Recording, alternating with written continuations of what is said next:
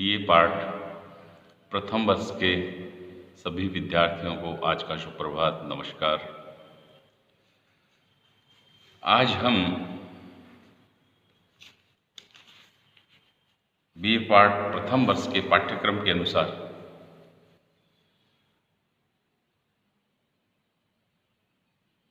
स्वप्न वासव दत्तम नाटक के विषय में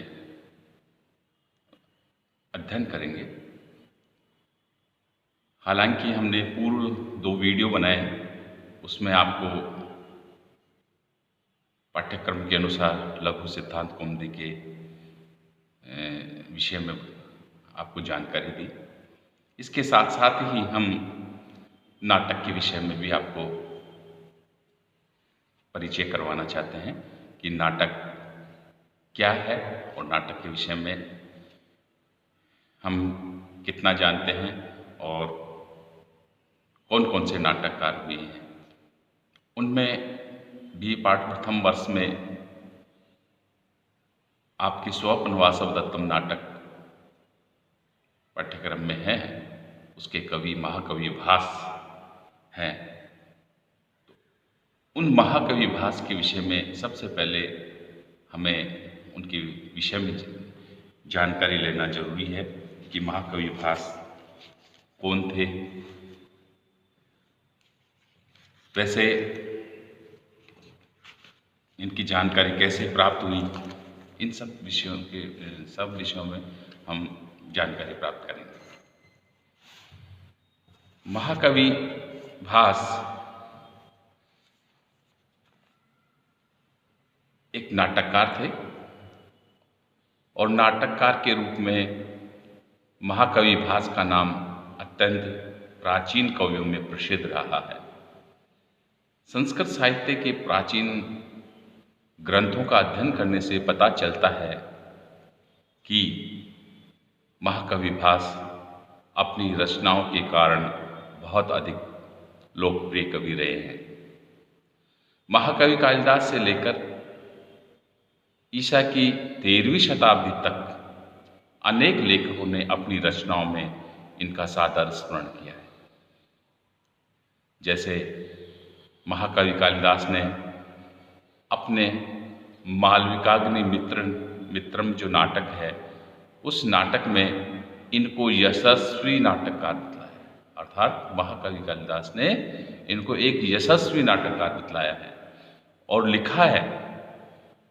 मालविकाग्नि मित्र में उनके विषय में संस्कृत श्लोक में लिखा है कि प्रथित यशसाम भास सौमिल कवि पुत्रादीनाम प्रबंधान अतिक्रम्यम कथम वर्तमानस्य कवे कालिदासस्य कृतो बहुमान। अर्थात महाकवि को भास को एक यशस्वी नाटककार बतलाया है। महाकवि बाणभट्ट ने अपने हर्षचरित्र नामक आख्यायिका काव्य में भास के नाटकों की उन विशेषताओं को प्रस्तुत किया है जिनके कारण उन्हें यश प्राप्त हुआ। सूत्रधार कृतारंभे नाटकेर बहुभूमिकई सतपाकेरेशो लेबे भासो देवे कुलेरी। फिर उसके पश्चात भास के विषय में और भी प्रशस्तियां हमें देखने को मिलती हैं। गौड़बौ के लेखक वाक्पति राज हैं और वाक्पति राज ने अपने प्राकृत भाषा के महाकाव्य में भास को जल्लन मित्र अर्थात ज्वलन मित्र लिखा है। अर्थात भासमम्मी जल्लन मित्ते कांति देवे तहाव्यु रुहा आरे शो बंधवे ए बंधुम्बी हरि अंदे ए आनंदो। अर्थात ये एक प्राकृत भाषा का जो काव्य है, उस प्राकृत भाषा के काव्य में भी एक ज्वलन मित्र के विषय में लिखा है। इसी प्रकार काव्य मीमांसाकार राजशेखर हुए हैं और राजशेखर ने अपने काव्य मीमांसा में भी कहा है कि जब नागरिकों ने परीक्षा करने के लिए भास के नाटक चक्रों को अग्नि में डाला तो स्वप्न वासव दत्तम नाटक को अग्नि ने नहीं जलाया। लिखा है कि भास नाटक चक्रेपि छेके क्षिप्ते परीक्षुतुम स्वप्न वासव दत्त से दाह को अभून पावक है। और पावक अर्थात वह स्वप्न वासव दत्तम नाटक उस पावक में अग्नि में नहीं जला। इसी प्रकार प्रसन्न रागव के लेखक जो नाटककार जयदेव ने हैं, वो अपने नाटक की प्रस्तावना में भास को कविता कामिनी का हास बतलाया है। महाकवि भास को नाटककार जयदेव ने कविता कामिनी का हास बतलाया है। भासो हास है कवि कुलगुरु कालिदास विलास है। इसी प्रकार अनेक ग्रंथों में भास का उल्लेख मिलता है और मिलता रहा है, और भास प्राचीन काल से ही संस्कृत विद्वानों के अध्ययन का विषय रहे हैं। इतना होते हुए भी इनकी समस्त रचनाएं लुप्त हो गई अथवा नष्ट हो गई। परिणाम स्वरूप केवल उनके उद्धरणों से ही भास को स्मरण किया जाता है। सन 1908 तक भास समालोचक विद्वानों के लिए एक समस्या के रूप में थे, क्योंकि उनकी कोई भी रचना उपलब्ध नहीं थी। सन 1909 में पंडित टी गणपति शास्त्री ने कुमारी अंतरीप से लगभग 20 मील दूर पद्मनाभपुरम के समीप मल्लिकंकरम मध्यम नामक स्थान में ताड़पत्रों पर प्राचीन मलयालम अक्षरों में लिखे हुए निम्नलिखित नाटक मिले, जिनमें जो प्रमुख नाटक हैं स्वप्नवासव दत्तम, प्रतिज्ञा योगंधराणम, पंचरात्रम, चारुदत्तम, दूत घटोत्कचम और अविमार्ग, बालचरित्र, मध्यम व्यायोग, कर्णभार, उरुभंग, दूत वाक्य, अभिषेक नाटक और प्रतिमा नाटक। तो ये 13 नाटक हैं वो महाकवि भास के नाटक के हैं, और इन नाटकों की सर्वप्रथम जो खोज है वो पंडित टी गणपति शास्त्री ने 1909 में उन्होंने पद्मनाभपुर के समीप मल्लिकंकरम मथम नामक स्थान में ताड़पत्रों पर प्राचीन मलयालम अक्षरों में लिखी हुई प्राप्त हुई। अब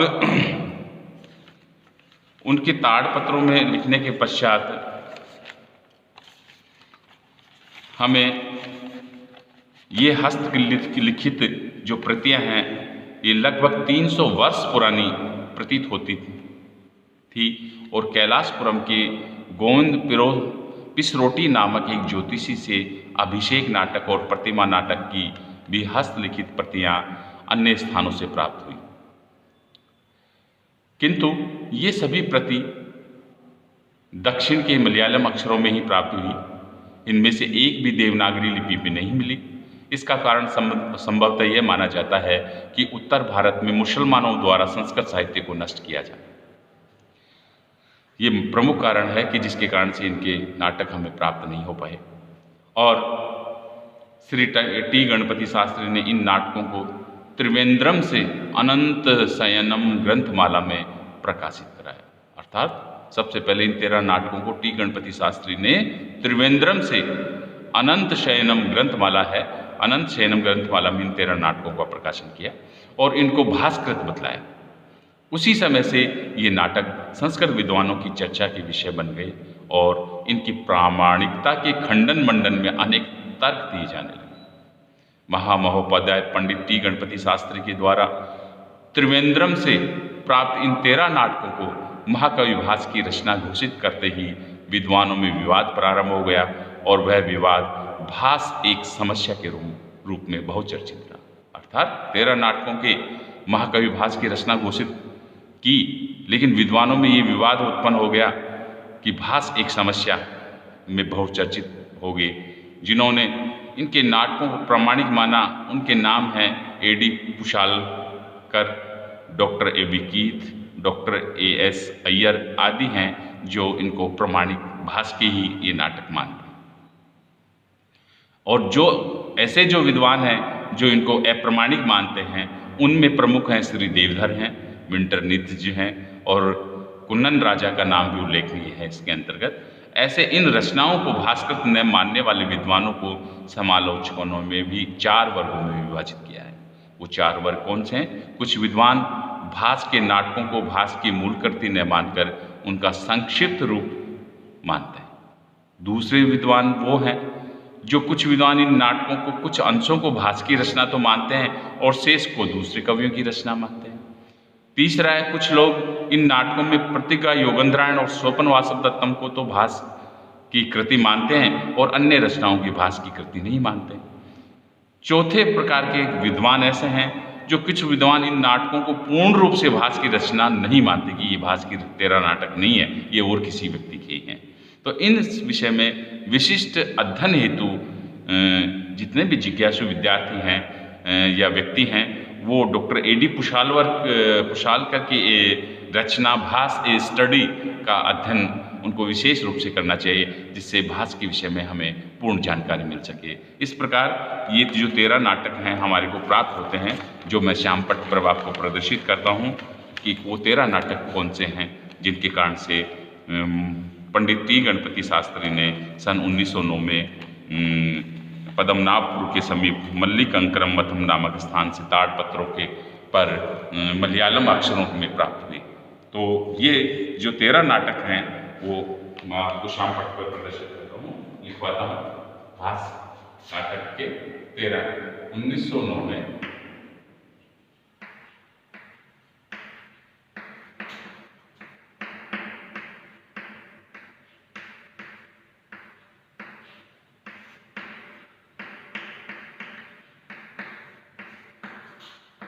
शास्त्री ने कुमारी अंतरिक्ष से लगभग 20 मील दूर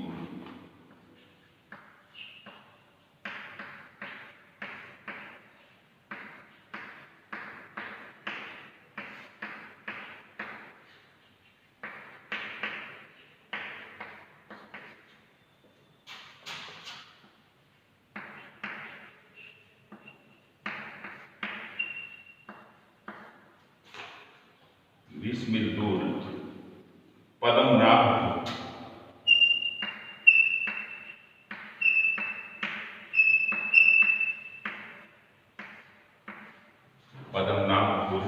की समीप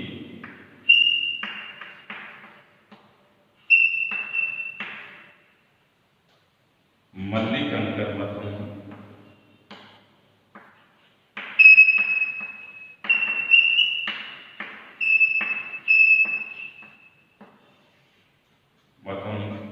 नामक स्थान पर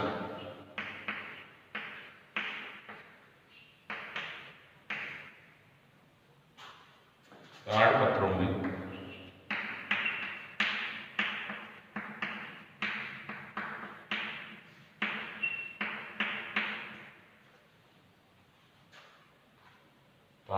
पर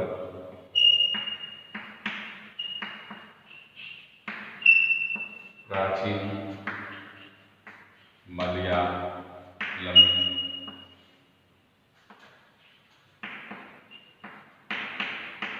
अक्षरों में प्राप्त हुई। जो 13 नाटक हैं उनमें है पहला स्वप्न वासव दत्तम, दूसरा है प्रतिज्ञा योगेंद्रायण,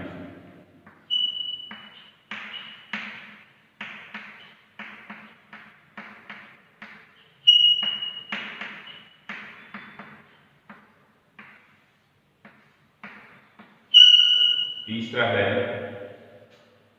पंचरात्रम,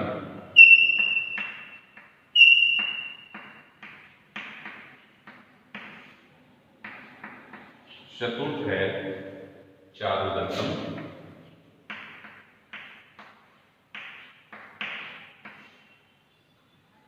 पांचवा है घटोत्कच,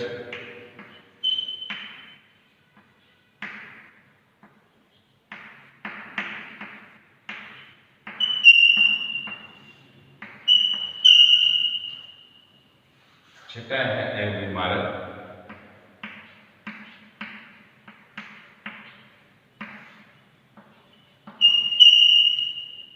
सातवां है बालचरित्र,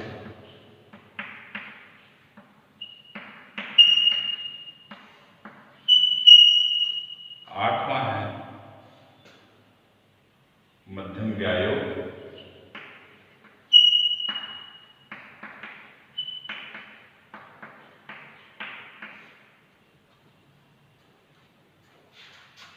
9वां है कर्णपाठ,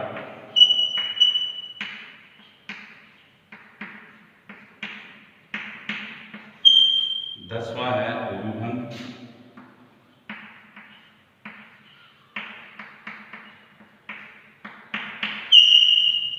और 11वां है दूतवाक्यम,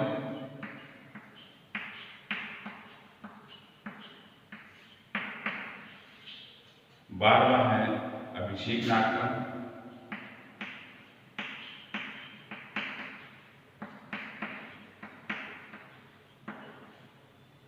और 13वां है प्रतिमा नाटकम।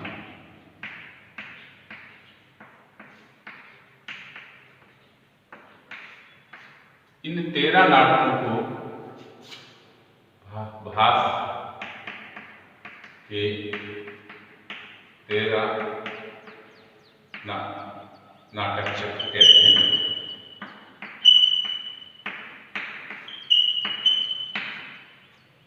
तो ये जो 13 नाटक चक्र हैं, इनमें सबसे पहले भास ने इनको खोजा और त्रिवेंद्र से अनंत शयनम, त्रिवेंद्र से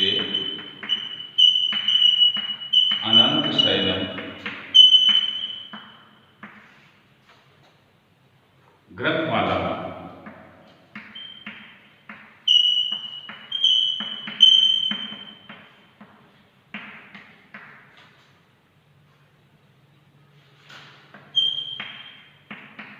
प्रकाशित करवाया।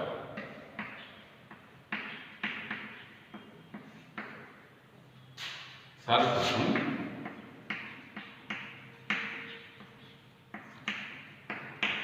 टी गणपति शास्त्री,